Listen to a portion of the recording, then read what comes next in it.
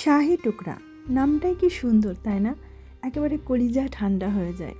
তো যাই হোক, এটা কিভাবে বানাতে হয় যদি বানাতে চান তাহলে ফুল রেসিপিটা দেখে নিতে পারেন।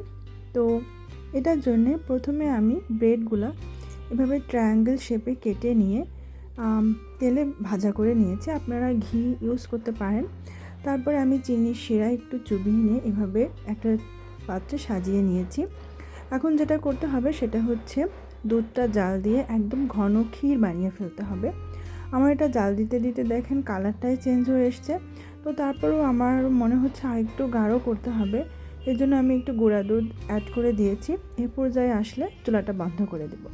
এরপরে ওই ঘন দুধটা এর উপরে ঢেলে দিতে হবে।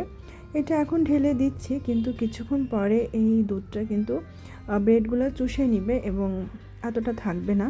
তো যাই হোক, এরপরে লাগবে সামান্য বাদাম কুচি আপনারা পেস্তা মানে যেটা যা ঘরে থাকে সেটা ইউজ করতে পারেন।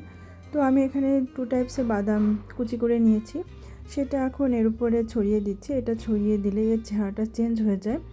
আর এটা নর্মাল ফ্রিজে একদিন রেখে তারপরে খেতে পারেন, তাহলে পুরা রসটা এর মধ্যে ঢুকবে এবং স্বাদটা একদম মালাই টাইপের হয়। ফ্রিজে রাখার আগে একটু ঘি দিয়ে দিয়েছিলাম, যেহেতু আমি ভাজার সময় ঘি ব্যবহার করিনি।